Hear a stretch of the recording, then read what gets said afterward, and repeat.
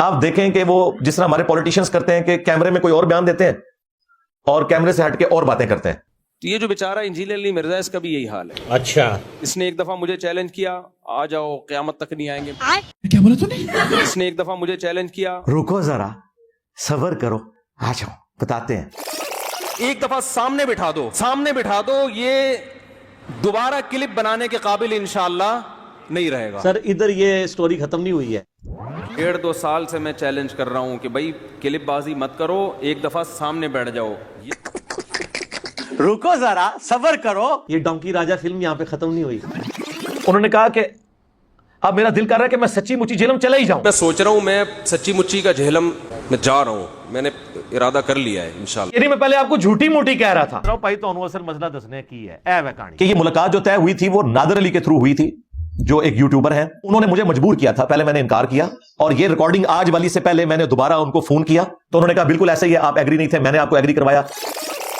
ہم تیار ہیں اور میں ویڈیو میں ان کو ویلکم کہہ دوں گا, لیکن اس طرح نہیں جس طرح وہ چاہ رہے ہیں, جس طرح کی ان کی خواہشات ہیں, بلکہ ویسے کہ جو طریقہ ہے ملاقات کا. یہ سب تشریف لے آئیں, آپ اکیلے ہی آ جائیں, اپنا کیمرہ مین بھی بے شک لے آئیں آپ, اور آپ لائیو ویڈیو چلانا چاہتے ہیں چلائیں, اصول پہ بات کریں, میں تیار. اس کے بعد مفتی صاحب تیار نہیں ہو رہے تھے تو پھر کہنے لگے میں اگر آپ کی انجینئر کے ساتھ ایک میٹنگ کرا دوں. میں نے کہا موسٹ ویلکم, یہ تو ہماری بچپن کی خواہش ہے. انجینئر صاحب ایسی باتوں کا جواب دیتے ہیں کہ مناظروں سے کچھ نہیں ہوتا. بات تو صحیح ہے. میں کب مناظرہ کر رہا ہوں؟ ٹھیک ہے جی, میں تو آپ سے محبت سے بیٹھ کے لائیو کیمرے پہ بات کروں گا. ایسے آپ کی مجلس میں ہر ایک کو سوال پڑھنے کی اجازت ہے, تو مجھے بھی پرمیشن ہونی چاہیے کہ میں بھی سوال. بس اب قائم رہنا ہے. اور جس منگل کو انہوں نے یہاں آنا تھا اس سے 2 دن پہلے اتوار والے دن وہ نادر علی کے پاس لنچ پہ تھے, اور وہاں پہ وہ ویڈیو گیمز بھی کھیل رہے تھے. اس کی ویڈیو بھی بعد میں اپلوڈ ہوئی. صاحب یہ پرفیکٹ ماروں گا, میں پہلی بتا رہا ہوں, میں پرفیکٹ ماروں گا مفتی صاحب. اور کہتے ہیں میں نے مفتی صاحب سے پوچھا تھا کہ آپ نے جہلم جانا ہے, تو انہوں نے کہا میرا کوئی ارادہ نہیں. حالانکہ وہ منگل کو یہاں آ رہے تھے. جس بندے کے تھرو آنا تھا اس کو انہوں نے بائی پاس کیا, کیونکہ انہوں نے ڈرامہ کچھ اور کرنا تھا. وہ قیامت تک نہیں آئیں گے, میں وہاں چلا گیا.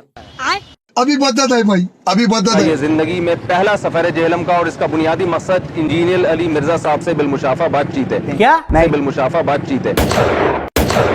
آر یو کامیڈی می؟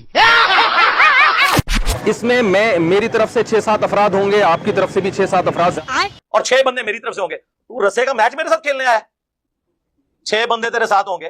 اور یہ مولوی تو ایڑیاں رگڑتے ہیں میرے ساتھ بیٹھنے کے لیے. میں نے تمہیں اجازت دی تھی, اور کیمرہ مین 2 6-10 سیکیورٹی گارڈ لے کے آ جاؤ, باہر بیٹھیں گے اگر تمہیں سیکیورٹی کا مسئلہ ہے. مولوی کے ساتھ نہیں میں بیٹھوں گا. تمہیں کہا تھا قیامت تک چیلنج آ جا جس فورم پہ. تو میں 48 گھنٹے جہلم کے اندر بیٹھ کے انتظار کروں گا انجینئر صاحب کے رپلائی کا. لیکن ایک سیکنڈ پہلے آپ کچھ کہہ رہے تھے.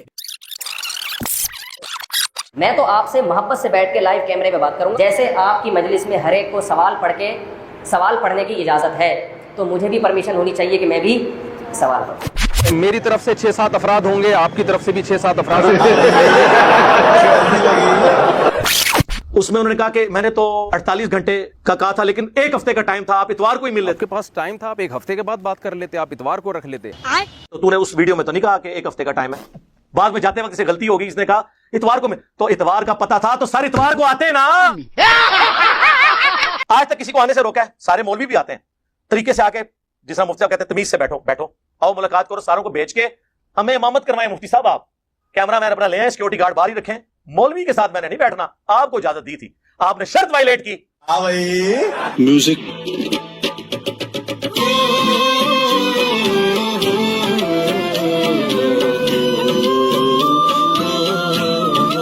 کیفیت تاری ہوگی تو واپس آ جائیں اس طرف. اس دن جب وہ یہ سارا معاملہ ہوا, رات کو انہوں نے ویڈیو اپلوڈ کی, صبح سویرے مجھے ڈی پی او کے آفس سے کال آئی کہ یہ آپ لوگ یہاں کہاں مناظرے کر رہے ہیں, یہ تو بین ہے.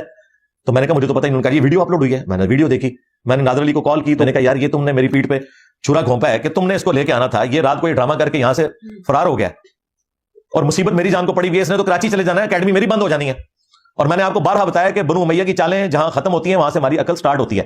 وقتی طور پہ میں اسٹوڈنٹس کے ہتھے چڑھ کے ایک ایسا کام کروا لیتا کہ بعد میں یہ 1 سال کے لیے اکیڈمی بند ہو جاتی, تو وہ نقصان تھا. تو نادر علی نے کہا کہ میں بات کر کے آپ کو پھر پوری تفصیل بتاتا ہوں. اس کا رابطہ کوئی نہیں ہوا. پھر میں نے اس کو دوبارہ کال کی, اس نے کہا یہ سٹوری ہے, یہ تو اتوار کو آئے ہوئے تھے, ایسی کوئی بات ہی نہیں تھی. میں نے کہا یار اب تم نے اپنی بات پہ قائم رہنا ہے. تو الحمدللہ آج 4 سال ہیں وہ اپنی بات پہ قائم ہے. اور جب کبھی مفتی صاحب آئیں آپ انشاءاللہ تو نادر علی کو ساتھ لے کر آئیں, میں ساتھ بٹھا کے اسے کہوں گا کہ ہاں سٹوری پوری سناؤ اور بتاؤ کہ سچائی کیا ہے.